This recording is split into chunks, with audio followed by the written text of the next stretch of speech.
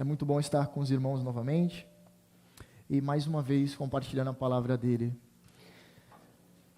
Eu gostaria que você abrisse a sua Bíblia em Romanos, capítulo 5, e permanecesse com ela aberta.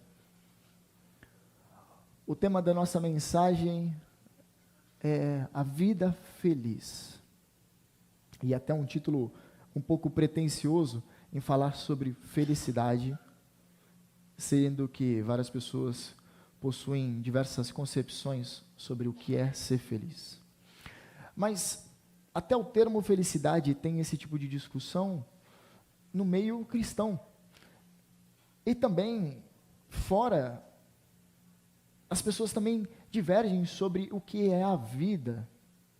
Alguns não sabem explicar sequer o que é a vida. Alguns dizem que a vida é a distância entre o obstetra e o coveiro. Outros dizem que a vida é um segundo. Ou a vida, como disse Albert Camus, não vale a pena ser vivida, pois ela é destituída de significado. Todos esses tipos de concepções estão na mente das pessoas em nosso tempo. Um tempo atrás, para explicar sobre o que é felicidade, Aristóteles disse que a felicidade estava no equilíbrio. Nem tanto uma coisa, nem tanto outra, mas o equilíbrio. Platão dirá que a felicidade pode ser encontrada naquilo que você não tem. E quando você alcança aquilo que você não tem, deixa de ser felicidade. E aí você vai querer outra e outra. E assim muitas vezes nós somos levados por esse tipo de pensamento platônico. Mas o que é a vida feliz? Eu gostaria de te provocar com essa pergunta: o que é a vida feliz? É uma pergunta retórica, obviamente, mas eu gostaria que você pensasse o que te faz feliz, o que te deixa satisfeito, com uma sensação de contentamento. E dentro do nosso cronograma, estamos no mês da Reforma Protestante, e nós vamos estudar algumas doutrinas básicas que tiveram contribuições a partir da Reforma Protestante. Neste domingo nós vamos tratar sobre os frutos da justificação pela fé. A justificação pela fé você conhece, você ouve muitas vezes as pregações sobre esse tema aqui, diversas vezes. E graças a Deus por esse púlpito, que é um púlpito onde que é pregada a palavra de Deus. Essa verdade tão necessária para a igreja. Calvino dirá que a doutrina da justificação pela fé é a dobradiça que faz girar toda a religião cristã. Alguns dizem até que a justificação pela fé é o próprio evangelho, são as próprias boas novas. Em nenhuma outra religião você verá que a salvação vem pela graça e não parte do homem. Mas muitas vezes, e ainda nos dias de hoje, tentam suplantar essa verdade, que é o evangelho. Meus irmãos, nós vamos hoje estudar, como eu falei, o capítulo 5 de Romanos, mas eu gostaria que você acompanhasse comigo algumas coisas interessantes sobre essa carta, antes da gente mergulhar de cabeça nela. Se você também puder deixar aí no capítulo 1, nós vamos passar os olhos rapidamente. A autoria dessa carta é uma carta escrita pelo apóstolo Paulo, escrita aproximadamente entre o ano 55, 54 a 58, né? Tem essa divergência, 55 e 54, mas vai até o ano 58 depois de Cristo. É uma carta que ela vai ser uma epístola circular. O que seria isso? É uma carta que é lida, ela é entregue, ela é lida diante da congregação e ela passa a circular entre outras congregações. Os destinatários eram a comunidade cristã na cidade de Roma. A cidade de Roma tinha aproximadamente 1 milhão de habitantes. E esses destinatários, esses cristãos na cidade de Roma, eram divididos muito provavelmente em 5 casas. 5 casas. Dentro dessas 5 casas, reunia, por culto, estima-se os historiadores, 50 pessoas. 50 pessoas por culto. Então, aí você, tirando uma base de 250 pessoas cristãs, em um império, uma cidade imperial, uma grande metrópole com 1 milhão de habitantes. Esses cristãos, muito provavelmente, eles que fundaram essas igrejas, pois não foi o apóstolo Paulo que fundou. Muito provavelmente, ainda se discute, que tenha sido os cristãos, na verdade, visitantes que estavam no dia de Pentecostes e viram o derramar do Espírito naquela localização, e a partir dali eles regredem, isso, eles retornam, vamos mudar a palavra, eles retornam para a sua cidade, e ali eles começam a testemunhar sobre aquilo que eles viram, e começam a pregar o Evangelho. O apóstolo Paulo, ele nunca tinha estado, então, nesta cidade. Então, nós temos aqui já mais ou menos uma definição: quem escreveu a carta, aproximadamente a datação, quem eram os receptores dessa carta, e também agora vamos ver sobre o propósito dela. Qual era o propósito? Nós vamos analisar nos primeiros versículos do capítulo 1, que a ideia do apóstolo Paulo, ao enviar essa carta, era dele ser enviado. Ele já acreditava que ele já havia pregado o Evangelho nas localizações onde ele já havia passado, e ele queria alçar outros lugares. Ele queria ir para a Espanha, a localização onde que hoje é a Espanha. Só que antes ele tinha que passar por Roma. E mais, ele queria que os romanos fossem mantenedores dele para ser enviado até a Espanha. Então, ele envia essa carta pensando que eles recebam primeiro e depois ele vai na sequência. Só que tem outro motivo também, outro propósito de enviar essa carta. Algumas pessoas questionavam sobre as credenciais apostólicas do apóstolo Paulo. Ele não era um dos 12, ele não andou com Jesus. Então, tinha um burburinho na igreja de Roma sobre o apostolado de Paulo. Então, ele vai enviar essa carta para fazer com que esses burburinhos cessassem. Ele envia essa carta mostrando o que ele cria, qual era a teologia cristã, qual é a verdade, o que é o Evangelho, de acordo com Paulo. E essas pessoas recebendo, falar, de fato, ele andou com Cristo, ele é um apóstolo. E mais, ele é um pregador do Evangelho, tem realizado realmente muitas plantações de igrejas. Então, recebendo também essa construção teológica que Paulo apresenta, eles passariam a dar crédito naquilo que ele falaria e, consequentemente, seriam mantenedores dele lá na Espanha. Bom, nós fizemos aqui um percurso que é necessário, e agora nós vamos ver sobre o contexto. O capítulo 1, ele inicia fazendo uma breve saudação, ele segue orando pelos cristãos de Roma, e dizendo que deseja vê-los. Ele fala sobre o poder de Deus, que é o Evangelho. Na sequência ele diz sobre a depravação do homem. No capítulo 2 ele fala sobre o justo juízo de Deus. Ele trabalha sobre os judeus e a lei, ainda no capítulo 2. No capítulo 3 ele responde sobre as objeções sobre a justificação pela fé. Na sequência ele diz que somos todos pecadores, todos pecaram, destituídos estão na glória de Deus.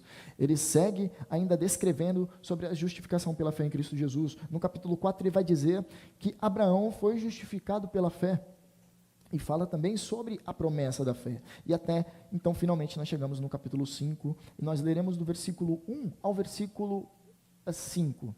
Do 1 ao 5. Geralmente lê-se até o versículo 11, só que eu gostaria que a gente experimentasse, debulhasse cada versículo e tentasse extrair o máximo possível.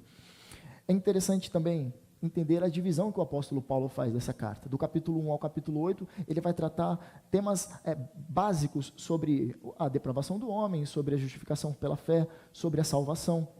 Na sequência, do capítulo 9 ao capítulo 11, ele vai discorrer sobre a soberania de Deus, e do capítulo 12 até o capítulo 16, ele vai falar questões mais práticas, questões práticas relacionadas às atividades dos cristãos.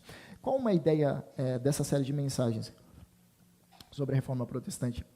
Ser mais prática, eu escolhi esse texto, pois ele vai tratar sobre os frutos da justificação pela fé. Bom, entendemos a doutrina, ok, mas e agora? O que eu faço com essa doutrina? Muitas pessoas, elas são como demônios. Os demônios, eles creem que existe um Deus, mas elas creem, mas elas transformam aquela beleza em uma ortodoxia morta e não ainda mais fazem com a verdade. Mas nós, cristãos, não fazemos isso. E, portanto, eu gostaria de ler contigo do versículo 1 ao versículo 5. Do versículo 1 ao versículo 5, está escrito assim: justificados, pois, mediante a fé, temos paz com Deus, por meio do nosso Senhor Jesus Cristo, pelo qual obtivemos também acesso pela fé a esta graça na qual estamos firmes e nos gloriamos na esperança da glória de Deus. E não somente isto, mas também nos gloriamos nas tribulações, sabendo que as tribulações produzem perseverança. E a perseverança produz experiência, e a experiência produz esperança. Ora, a esperança não nos deixa decepcionados, porque o amor de Deus é derramado em nossos corações pelo Espírito Santo que nos foi dado. Amém. Vamos orar mais uma vez. Pai Santo, eu peço que o Senhor fale conosco através da sua palavra. Rogo que o Senhor abra o nosso entendimento. E apesar de mim, Senhor, usa-me para que seja instrumento para isso. Em nome de Jesus. Amém. Meus irmãos, eu gostaria de ler detalhadamente cada versículo. Então, o primeiro versículo, nós vamos ter logo a primeira palavra escrito justificados. E aqui eu quero explicar a doutrina da justificação, caso você não entenda. A palavra justificados é um termo, vem de justificação e é um termo forense. É um termo que implica sobre uma declaração legal de Deus sobre alguém.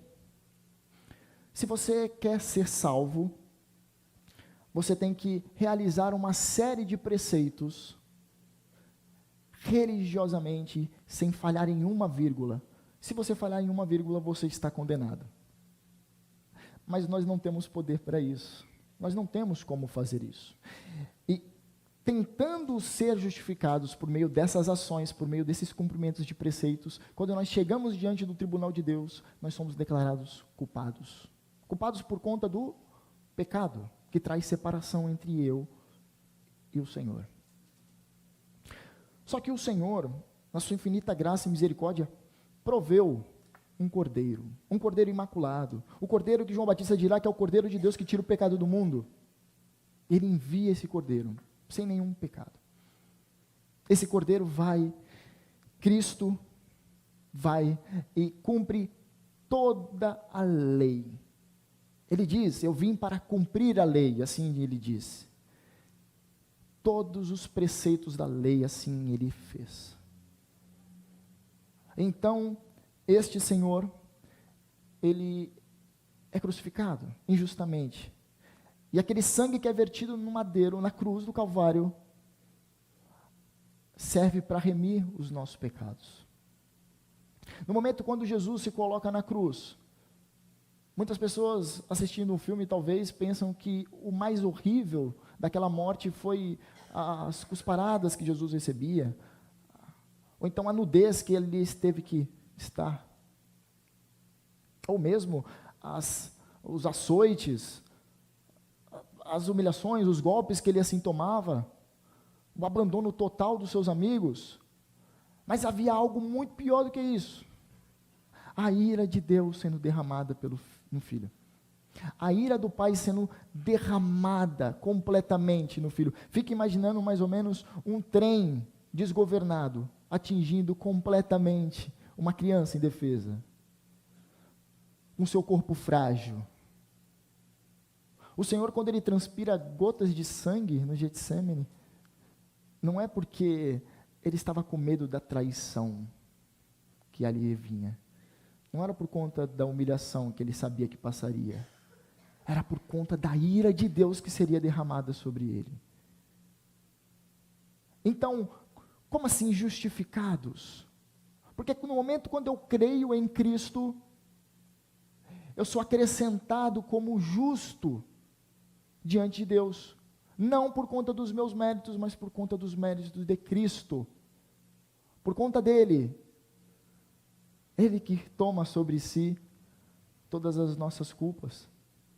Mas também, aqui reunindo, estão tanto a justificação pela fé, quanto a doutrina da substituição penal. Essas doutrinas basilares definem a nossa vida cristã. E essa definição de justiça, que é cumprida em Cristo, ela se espalha sobre todos os eleitos. Então nós somos beneficiados através do sacrifício de Jesus. Tendo dito isso, eu gostaria de dizer que nós somos justificados, somos perdoados, somos declarados perdoados diante de Deus, somos declarados justos diante de Deus, mas mediante algo, mediante a fé. Mas se você retornar a alguns capítulos, no capítulo dos capítulos anteriores de Romanos, vai ler que está escrito que isso não vem de vós, é dom de Deus, pois a própria fé, ela não vem da gente. A fé, Coríntios, Paulo escrevendo, vai dizer que a fé é ortogada pelo Espírito, logo não tenham como ter orgulho de ter uma grande fé. Algumas pessoas, elas dizem dessa forma, eu tenho uma grande fé. Antes de vir para cá, eu estava ouvindo um podcast, e nesse podcast o entrevistado dizia o seguinte: eu frequento religiosamente todos os domingos a missa, e é comprovado cientificamente que ter uma fé, uma crença em algo é bom para as nossas vidas. E até aí eu falei, realmente, terapeuticamente deve ter. Mas aí ele continuou, ele disse o seguinte: mesmo que não exista nada, eu mantendo a minha fé, eu consigo viver melhor. E aí eu não entendi. E fiquei pensando sobre isso vindo para cá. Porque muitas pessoas ainda são assim, elas falam, realmente eu tenho uma fé, eu sou religioso, eu frequento os cultos de domingo, eu dou meu dízimo, eu dou a minha oferta, eu levanto as minhas mãos quando as músicas são entoadas, eu escuto uma musiquinha gospel. Mas isso não quer dizer nada, isso não define a minha vida, isso não muda os meus anseios, isso ainda não mudou as minhas vontades mais profundas. E Paulo ele vai descrever sobre isso. Justificados, pois, mediante a fé, ou seja, uma fé que não vem de mim, temos paz com Deus, ou seja, somos reconciliados com Deus. Não é paz de sentimento. Observe, não é uma paz no sentido interno, mas externo, paz com Deus, pois antes éramos inimigos de Deus. Se você for continuar lendo o capítulo 5, você vai lá ler que somos inimigos de Deus. Então, nós somos, mediante a fé, reconciliados com Deus e, portanto, temos paz com Deus. Não somos mais vistos como filhos da ira, destinados à destruição eterna, mas somos vistos como filhos por conta do mérito de Cristo Jesus. Justificados, pois, mediante a fé, temos paz com Deus por meio do nosso Senhor Jesus Cristo. Isso aqui complementa todo o versículo. Senhor, o que é Senhor? A palavra Senhor, ela vem do grego Kyrios, e Kyrios era o nome que os escravos davam para o seu senhor. Os escravos, eles tinham um Kyrios, e esse Kyrios, o senhor dos escravos, diziam o que eles podiam fazer e o que eles não podiam fazer. Eles eram donos de suas vidas. Paulo está escrevendo do nosso Senhor, do nosso dono. Somos escravos de Deus. E mais tarde será escrito que não somente servos, mas também amigos. Escravos no sentido de sermos conduzidos à vontade dEle, aquilo que Ele nos orienta, aquilo que Ele nos dirige, aquilo que Ele nos impõe. Somos escravos. Então ele diz do nosso Senhor. Esse termo Kyrios também é destinado a outro indivíduo. E aqui é interessante você relembrar aquilo que eu falei sobre, que estamos lendo uma carta que foi endereçada a um povo pertencente ao Império Romano. O Kyrios também é um título de César. César, o governador soberano de Roma, que dominava sobre grande parte do Ocidente. Ele está dizendo, o nosso Senhor é o nosso Deus. E a Ele nós devemos devotar todas as nossas ações. Lendo novamente, justificados, pois, mediante a fé, temos paz com Deus por meio do nosso Senhor Jesus. É um nome próprio, Jesus, Cristo. Cristo vem do grego Christos, que significa ungido. Ungido para. Ungido para o quê? Paulo, alguns comentaristas dizem que ele escreve aqui essa palavra ungido no sentido de Salvador. E aqui, muitas pessoas pensam que Jesus Cristo é como se fosse o Oliveira, como se fosse o Silva. Não, não é o sobrenome de Jesus, não é Cristo. É um título também. Então, nós temos aqui, Paulo ele utiliza 2 títulos aqui para se referir a Jesus, Senhor e Salvador. Algumas pessoas, elas pensam que elas são justificadas, elas são salvas, mas elas não se submetem ao senhorio de Jesus. E isso evidencia que elas não são salvas, pois a sua fé não fica evidenciada através das obras.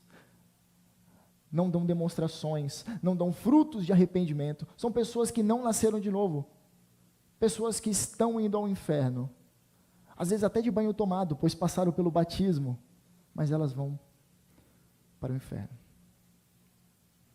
E o inferno existe. Algumas pessoas pensam que não. Essas realidades, elas não incomodam mais o pós-moderno. Então, justificados, pois, mediante a fé, temos paz com Deus por meio do nosso Senhor Jesus Cristo. Por favor, o próximo. Pelo qual, Jesus, obtivemos também acesso pela fé, acesso a Deus, pelo qual, por meio de Jesus, nós temos acesso pela fé ao nosso Senhor. Essa palavra acesso aqui, ela é usada também para quando alguém queria estar diante da presença de um rei soberano, alguém tinha que levar esse convidado. Isso aqui que é o acesso. Cristo nos leva à presença de Deus. Antigamente, no Antigo Testamento, você vai ler, e você sabe disso. Para entrar na presença de Deus, o sacerdote, o sumo sacerdote, ele só poderia entrar uma vez por ano, no dia da expiação. Uma vez por ano. Nós temos acesso ilimitado a partir do sacrifício de Jesus Cristo, pois o véu foi rasgado de alto a baixo, para demonstrar que não foi de baixo para cima, como os homens rasgassem, mas de alto a baixo, porque Ele tomou a iniciativa, Ele que nos proveu. Mas esse sacrifício é perfeito. Antigamente era necessário que fossem feitos sacrifícios regulares, mas esse sacrifício de Jesus é definitivo, um só, perfeito, eficaz, necessário para a salvação dos eleitos de Deus. Então nós, pelo qual, por meio de Jesus, nós temos acesso a Deus, por esta fé, pela fé, a esta graça na qual estamos firmes. E novamente nós temos que parar, a esta graça a qual estamos firmes. Se você está firme em Deus, é porque Ele o sustenta, porque se dependesse de você, não conseguiria ficar firme. Perceba que tudo aquilo que abraça o arcabouço da salvação, tudo aquilo que define o tema salvação, está tendo Deus tomando conta, dirigindo, provendo, Ele, e nunca nós. Nem a fé que muitas vezes nós poderemos estar tendo um tipo de arrogância. Muito obrigado, Luiz. Então nós estamos firmes porque Ele assim o permite, assim Ele nos faz permanecer nele. E nós gloriamos. Essa palavra gloriamos é muito interessante, pois ela está dizendo orgulho. Nós nos orgulhamos. É o mesmo termo utilizado para jactância. Só que geralmente orgulho, quando nós falamos sobre a palavra orgulho é algo mal, porque geralmente é alguém que bate no peito. Essa palavra orgulho, essa palavra gloriar-se, né? Gloriamos no Senhor, tem uma outra definição, de se expressar barulhentamente. Nos gloriamos. Quando um jogador de futebol, ele faz um gol, geralmente ele bate no peito, ele bate no escudo, ele beija o escudo, ele chama para si, fui eu que fiz, ou então ele dá aquele salto ridículo do Cristiano Ronaldo, ou então ele faz assim, ou então ele faz que nem um Gabigol assim, chamando para si o mérito daquele gol. Mas essa palavra gloriamos aqui, no sentido de alegrar-se, de ter louvor, regozijo, ela é endereçada a alguém, a Cristo. Então, quando nós nos gloriamos de estarmos salvos, nós temos que encher as nossas bocas para dizer, somos salvos por conta de Jesus, Ele que me salvou, Eu era inimigo, eu era mau, eu estava em rebelião contra Deus, mas Ele me alcançou com seu amor. Gloriar-se, irmãos, alegrar-se de maneira sobremaneira, na esperança da glória de Deus, na esperança da glória de Deus, uma esperança futura, de podermos vislumbrar o Senhor em todo o seu esplendor, quando nós chegarmos na cidade, a nova cidade construída, a nova Jerusalém, e nós podemos o contemplar em toda a sua glória.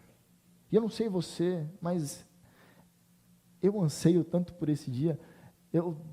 Se pudesse, seria daqui a pouco, ao final do culto. Você já parou para pensar sobre esse futuro eminente? Porque ou você estará lá, e eu quero de fato que todos estejam, ou você estará em um lugar muito, muito terrível, durante toda uma eternidade. E aqui eu não quero te assustar.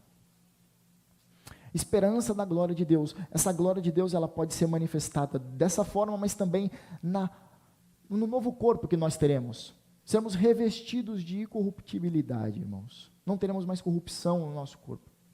Nós já somos livres da culpa do pecado. Nós somos livres do poder do pecado, como nós cantamos. Mas ainda não somos livres da presença do pecado. E nós ainda, como um espinho na carne, como uma unha encravada, que lateja diariamente. Isso nos incomoda de uma forma que, caso você não se incomode com os seus erros, com as suas falhas, eu também gostaria que você reavaliasse a sua salvação. Não há cristão que não se incomode com o pecado. Charles Spurgeon, ele usa uma ilustração bem curiosa. Ele diz: a ovelha, ela pode cair na lama. A ovelha, ela cai na lama. Mas só os porcos rolam na lama. Isso fala muito sobre nossa salvação. Se você cai na lama, mas logo se levanta e fica incomodado com aquela sujeira, fica incomodado com aquele barro que está em ti, mas sabe onde se lavar, sabe onde procurar limpeza, e este que te limpa é o bom pastor, pode ter certeza que você é salvo. Agora, caso não gere nenhum tipo de incômodo, nada, duvide da sua salvação, pois você não será de repente. Algumas pessoas creem, alguns amigos meus, eles dizem: no último momento, Caio, eu farei que nem o ladrão da cruz, eu vou me arrepender no último momento. Eu falei, eu tenho uma pena disso, porque foi um só que aconteceu isso, um só, para que ninguém se desesperasse, mas um só, para que não existisse pensamentos como este. Então isso demonstra que nunca se arrependerá. Uma pessoa que pensa que no último momento se arrependerá, ela nunca se arrependerá, porque não é ela que provoca o arrependimento, é o próprio Espírito convencendo-nos do pecado, da justiça e do juízo, no seu agir soberano, trazendo nossa vontade, inclinando-nos a Ele, e nos ajoelhando diante da cruz. Na esperança da glória, eu vou utilizar isso aqui agora, acertei. Versículo 3, e não somente isto o quê? Se gloriar-se na esperança da glória, mas também nos gloriamos nas tribulações. E a palavra gloriamos é a mesma, não mudou nada. Gloriamos tanto na esperança da glória, mas também nas tribulações. E tribulações, irmãos, você fica pensando: como eu vou me alegrar numa tribulação? A palavra tribulação, ela tem um significado de prensar algo, de prensar, de pesar sobre algo. Esse tipo de palavra é utilizado na hora de extrair o líquido da azeitona. Extrair, pesar. Então, como eu vou me orgulhar em algo que me prensa? Como vou me orgulhar em algo que me esmaga, que me aflige, que me traz aflição? Ele vai continuar a sua retórica, mas também nos gloriamos nas tribulações, sabendo que a tribulação produz perseverança. Quero trazer à tona a palavra sabendo. A palavra sabendo é conhecer previamente. Conhecimento é você entender que essas coisas de fato acontecem, sabendo, pressupondo, tendo um conhecimento prévio, você sabe já que a tribulação produz perseverança. E a palavra perseverança tem outro tipo de aplicação interessante, pois significa suportar algo pesado, suportar pressão, suportar algo que te aperta, que te aflige. Então, nós sabemos que a tribulação, aquilo que nos pressiona, produz resistência ao peso. Está dando para entender? Mas ele vai continuar. Ele vai para outra. A perseverança produz experiência. Aquilo que me aperta e eu estou aguentando esse peso, vai produzir experiência. E a experiência é no sentido de caráter aprovado, é no sentido de você estar sendo amoldado. E é muito curioso que essas duas palavras lembram-nos sobre trabalhos artesanais, de prensa. Por quê?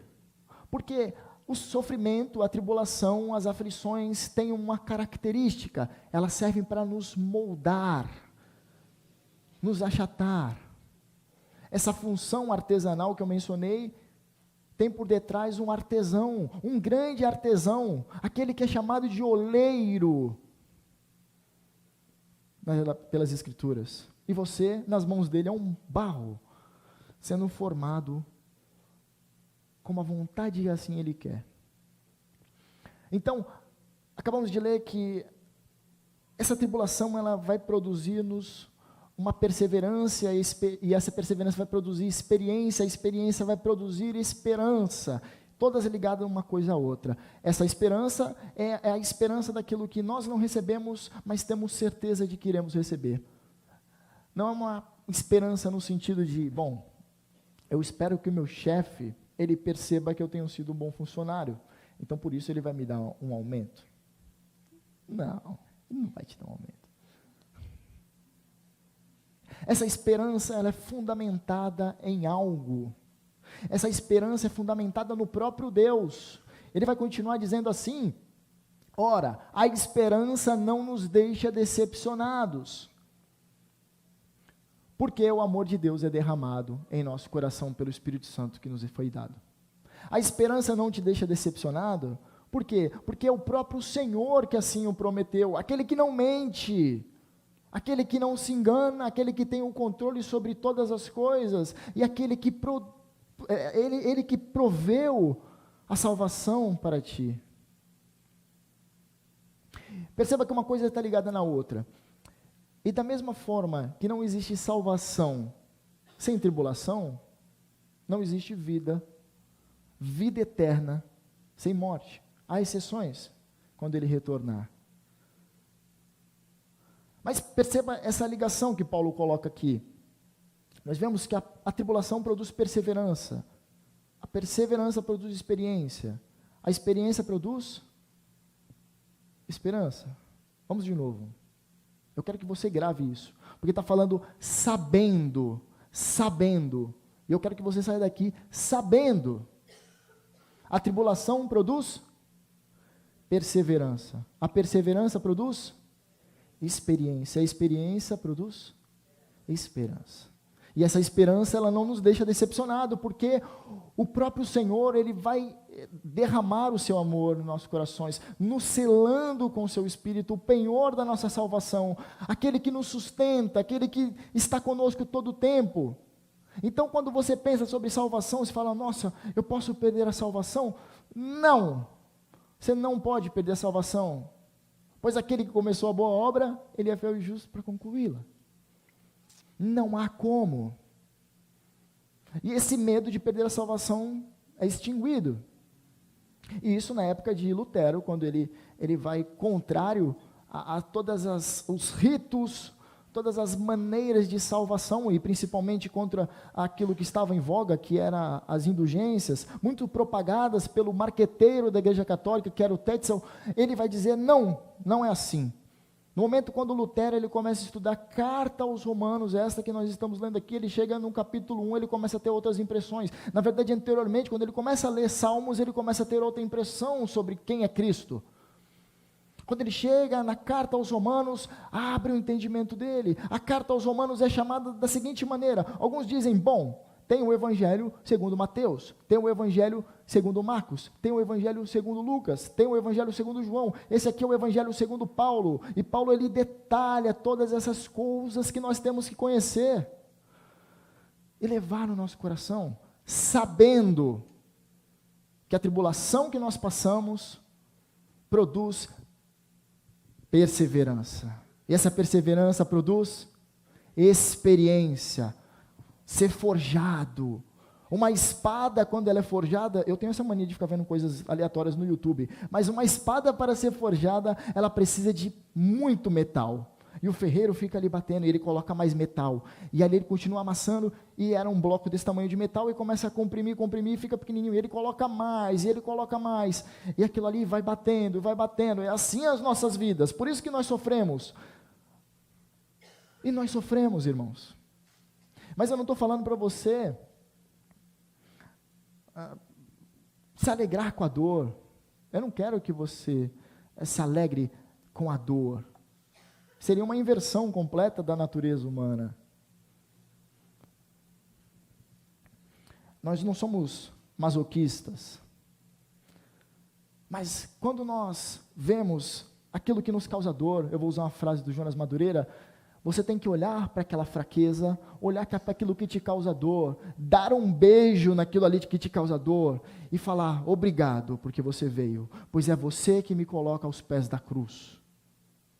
É o sofrimento, irmãos, que muitas vezes nos coloca aos pés da cruz, e na maioria das vezes, pois caso contrário, se não existisse dor, não existisse sofrimento, você nem ligaria para Jesus, se não existisse esse incômodo, essa procura de algo que mexe com o seu coração, que é esse desejo por felicidade, que você corre atrás, esse incômodo, esse vazio, você não procuraria Deus.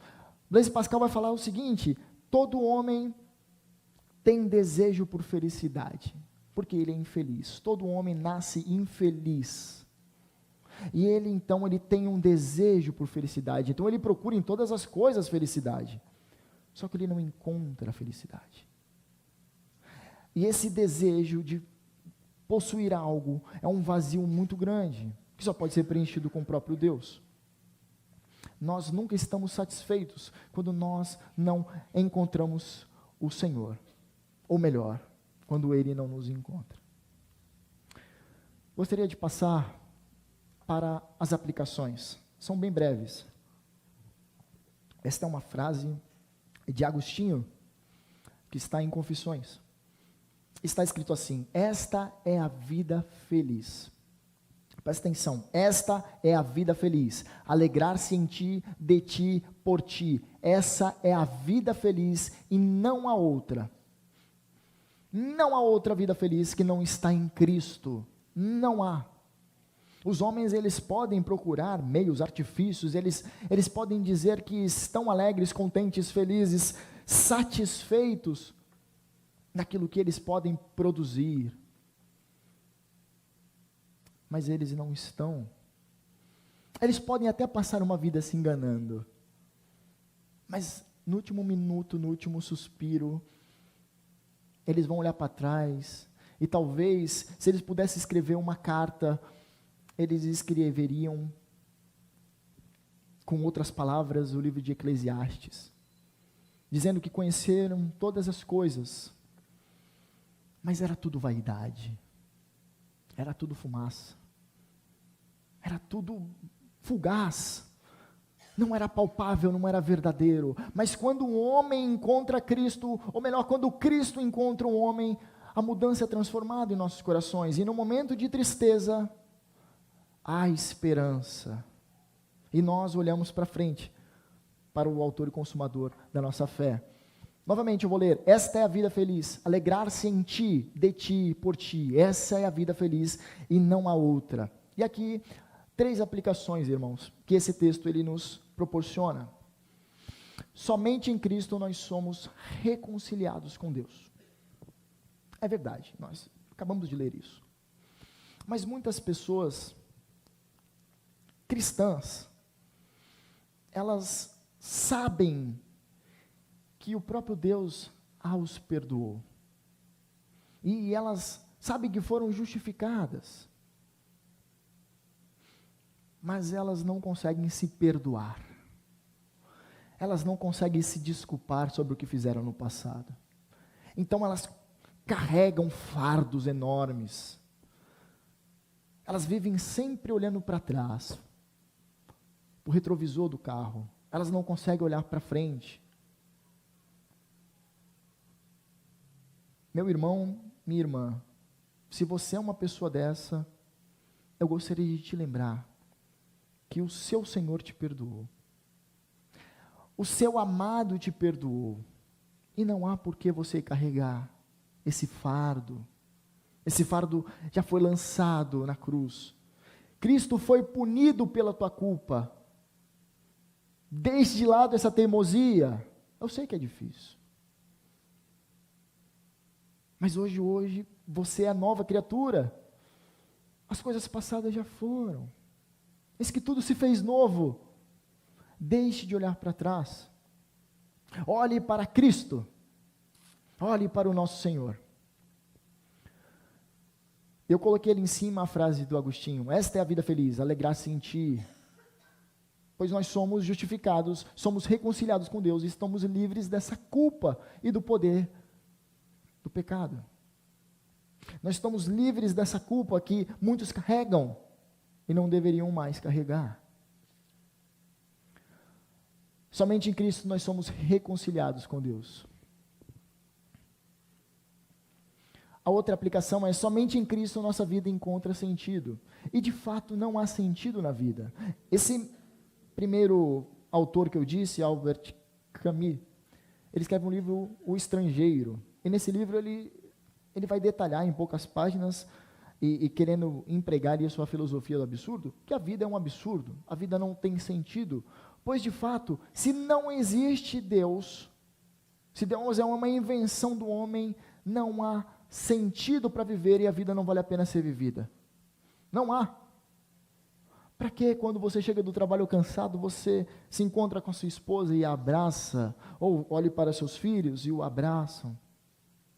Para que levantar no outro dia, pela manhã, e olhar para o sol e dizer: bom, é somente mais uma estrela entre milhares? E você chegar no seu trabalho e odiar aquele lugar. Eu estou trazendo a perspectiva pessimista da filosofia do absurdo, da vida que não vale a pena ser vivida, da vida sem sentido, porque não há explicação. Mas o próprio Deus, ele se revela. E não existe humanidade sem a ideia de Deus. Eles necessitam de Deus, mesmo suprimindo as evidências dele. Então, o que eu quero trazer para você é que a nossa vida ela só tem sentido em Cristo. A nossa vida só tem sentido nele. Ao acordar e ao levantar, só tem sentido em Jesus. Ele, como diz Paul Washer, não é aquilo que nós precisamos. Na verdade, ele é tudo que nós temos, nós não temos para onde correr. As nossas vidas têm que ser dirigidas, e a nossa alegria, a nossa felicidade tem que estar nisso, sabendo que este Senhor, Ele nos conduz, Ele nos sustenta, diante das tribulações e dos sofrimentos da vida. E lembrando, estamos firmes na graça, e nos gloriamos na esperança, olhando para frente, para essa esperança, e nos gloriamos nessa graça maravilhosa, nos alegremos nessa graça maravilhosa que nos permanece firmes nele, nos sustentando até o dia onde nós estaremos face a face com ele. Mas outro tipo de glória é nas tribulações, que produz perseverança, que produz experiência, que vai produzir a esperança, e essa esperança, ela não nos decepciona. Vocês decorarem. E última aplicação, somente em Cristo temos a esperança da glória. O futuro, quando nós olhamos para os fins dos nossos dias, e possa ser que talvez você nem percebeu,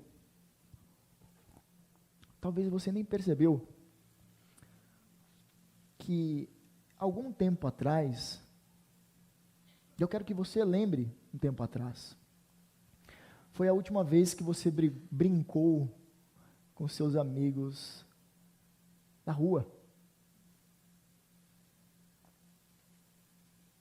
Nós estamos morrendo aos poucos. Talvez você não percebeu. Você não percebeu naquele dia, quando você deu o último beijo no seu pai, ou na sua mãe. Eles já se foram. Nós estamos morrendo aos poucos. Talvez você não pensou naquele momento que era o último dia que você entraria na sala de aula da escola, do ensino fundamental ou médio. Você nem lembra. Porque eu tenho certeza, se você lembrasse, esse aqui é o último dia que eu vou entrar aqui, você queria abraçar a professora, os amigos, os colegas. Mas foi.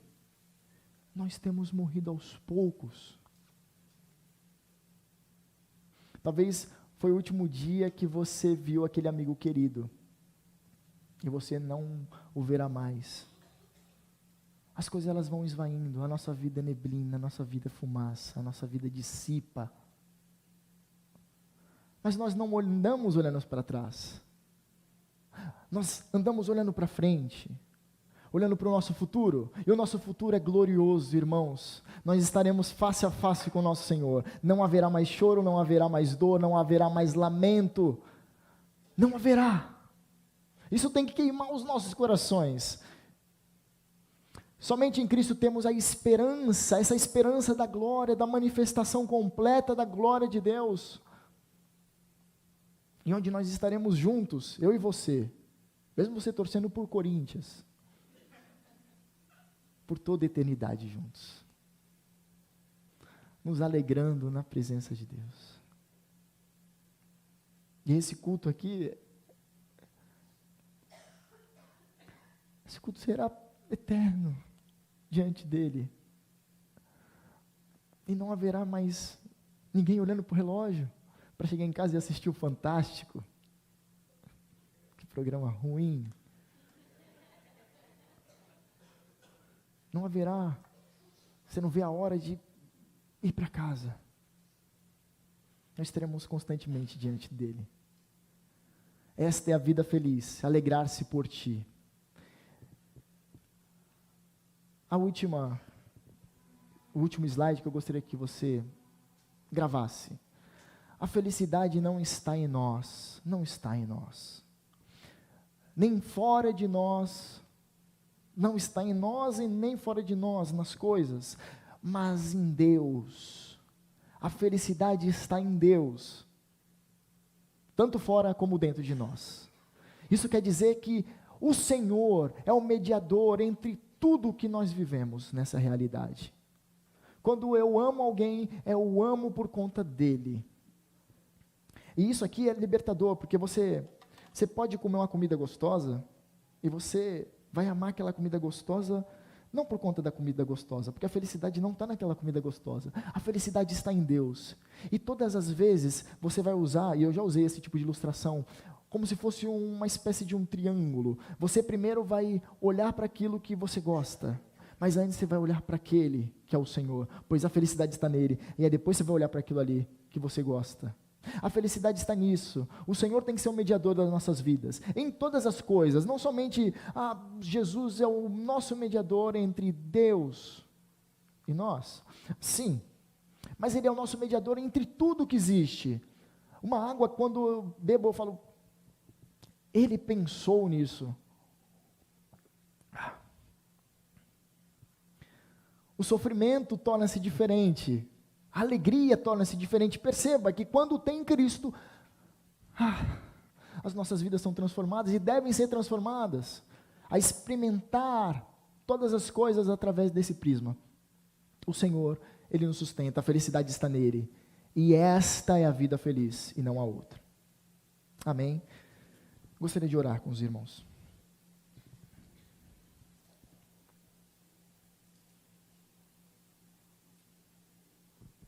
Pai, nós agradecemos pela sua palavra.